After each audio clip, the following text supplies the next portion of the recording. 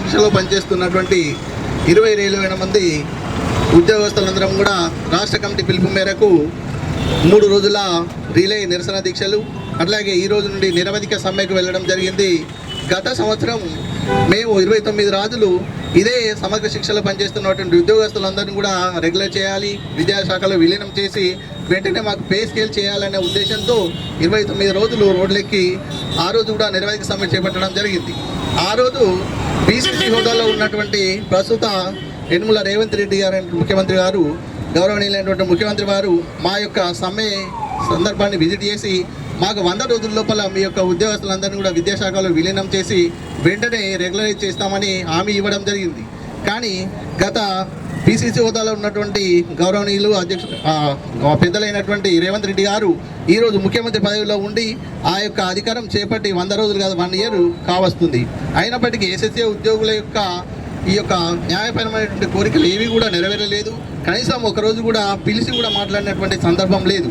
కాబట్టి మేము ప్రతి ఎమ్మెల్యే కానీ మంత్రి గారిని కానీ చివరికి ముఖ్యమంత్రి గారిని కూడా కలిసి ఎమ్మెల్సీలందరినీ కూడా కలిసి వినతి పత్రాలు సమర్పించడం జరిగింది. అలాగే ఎన్నోసార్లు వేడుకున్నా కూడా కనీసం మా పట్ల కనీస వేతన స్కేల్ కానీ రెగ్యులరైజేషన్ కానీ పే స్కేల్ అమలు చేసినటువంటి విషయంలో చాలా అన్యాయమైనటువంటి పరిస్థితులు ఉన్నాయి. కాబట్టి ఈరోజు మళ్ళీ 22,000 కుటుంబాలు రోడ్లెక్కి ఈ యొక్క నిరవధిక సమ్మె చేపట్టడం జరుగుతుంది. కాబట్టి ఇప్పటికైనా ముఖ్యమంత్రి గారు ఈ యొక్క ఎస్ఎస్ఏలో పనిచేస్తున్నటువంటి ఎంప్లాయీస్ పట్ల సానుకూల దృష్టితో స్పందించి వెంటనే మా యొక్క న్యాయపరమైనటువంటి కోరికలన్నింటినీ కూడా పరిష్కరించాలని కోరడం జరుగుతుంది. ఎస్ఎస్ఏ ఉద్యోగులం ఇంతకుముందు గత సంవత్సరంలో 25-29 రోజులుగా ఇదే విధంగా సమ్మె చేయడం జరిగింది. అప్పుడు మన పీసీసీ హోదాలో ఉన్నటువంటి ప్రస్తుత ముఖ్యమంత్రి గారు అయినటువంటి రేవంత్ రెడ్డి సార్ గారు మమ్మల్ని సందర్శించడం, మా సభలకు వచ్చి మమ్మల్ని పరామర్శించడం జరిగింది. మీ యొక్క సమస్య అంత జటిలమైనది కాదు, ఛాయ్ తాగే అంత లోపల అయిపోయేటువంటి సమస్య. దీన్ని 10 ఏళ్ళు 15 ఏళ్ళుగా ఆ ప్రభుత్వం వాళ్ళు మిమ్మల్ని కావాల్సుకొని మీ యొక్క శ్రమ దోపిడీ చేస్తున్నారు. మన ప్రభుత్వం గనక వస్తే మిమ్మల్ని మన 100 రోజులలో మీ యొక్క సమస్యను తీరుస్తాను, మీతో పాటు కలిసి మనందరం కలిసి ఛాయ్ తాగేంత లోపల ఈ సమస్యను తీర్చేస్తాము.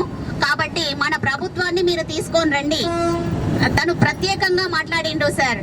అమ్మలు అక్కలు 1 గంట స్పెండ్ చేయండి మీ టైంని. మన ప్రభుత్వం వెళ్ళిపోతే ఈ ప్రభుత్వం వస్తే మీరు రెగ్యులరైజ్ అవుతారు అనేటువంటిది చెప్పడం జరిగింది. ఆయన మాట మీదుగానే మేమందరం కూడా 1 గంట కాదు సార్ 2 గంటలు కష్టపడ్డాం ప్రతి ఒక్కరం కూడా. కానీ తను చెప్పినటువంటి మాటను మర్చిపోయారు. గద్దె ఎక్కక ముందు ఉన్నటువంటి మాటలు గద్దె ఎక్కిన తర్వాత మర్చిపోయారు సార్. గత ప్రభుత్వము 10-15 సంవత్సరాలు మమ్మల్ని వెట్టి చాకిరీ చేపించుకుంది, మమ్మల్ని శ్రమ దోపిడీ చేసింది.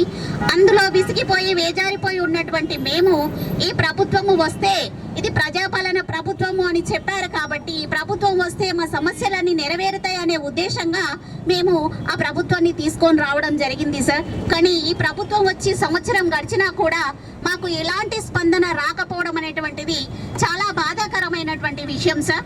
ఇంకొక విషయం ఏంటంటే నారు పోసిన వాడు నీరు పోయక మానడు అనేటువంటి ఉద్దేశంగా మేము ఆ ప్రభుత్వాన్ని ఎన్నుకోవడం జరిగింది సార్. ఎస్ఎస్ఏ అనేటువంటిది అప్పుడు కాంగ్రెస్ ప్రభుత్వం అనేటువంటిది తీసుకురావడం జరిగిందని తను చాలా సమావేశాల్లో చెప్పడం జరిగింది. ఇది పునాది వేసినటువంటి వ్యక్తే మమ్మల్ని రెగ్యులరైజ్ చేస్తాడని, మా భవిష్యత్తులను బాగుపరుస్తారనే నమ్మకంతో మేము ఇది వాళ్ళను ఎన్నుకోవడం జరిగింది.